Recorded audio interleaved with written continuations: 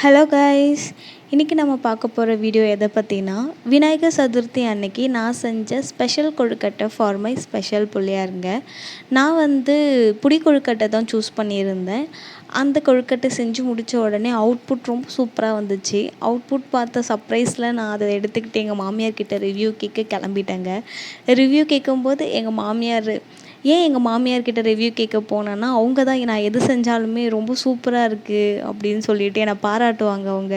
So அந்த பாராட்டு ரொம்ப ஸ்பெஷலாக இருக்குங்க எனக்கு. அதனால் நான் அவங்கக்கிட்ட எடுத்துகிட்டு நான் கிளம்பிட்டேன்.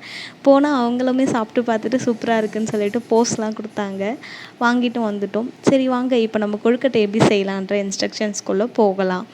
1 கப் அளவுக்கு வெல்லம், 1 கப் அளவுக்கு அரிசி மாவு, 1 கப் அளவுக்கு தேங்காய் துருவல், அதுக்கப்புறம் கொஞ்சோண்டு எள்ளு, அப்புறம் கொஞ்சோண்டு அந்த சிறுபருப்பு, இதெல்லாம் ட்ரையாகவே ஃப்ரை பண்ணி ஒரு கப்பில் எடுத்து வச்சுக்கணுங்க.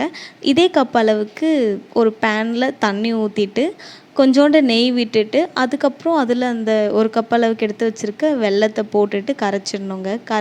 அது கரைஞ்சதுக்கப்புறமா அந்த தேங்காய் துருவலை எடுத்து போட்டுட்டு கிண்டிகிட்டே இருக்கணும். கொஞ்சம் கட்டியானதுக்கப்புறமா அரிசி மாவை போட்டுட்டு கிண்டிகிட்டே இருக்கணும். இன்னும் அது கொஞ்சம் கன்சிஸ்டன்சி கரெக்டாக வந்த உடனே நம்ம இறக்கிட்டு கையில் நெய் விட்டுட்டு கொஞ்சம் பிடிக்க ஆரம்பிச்சிடணும்.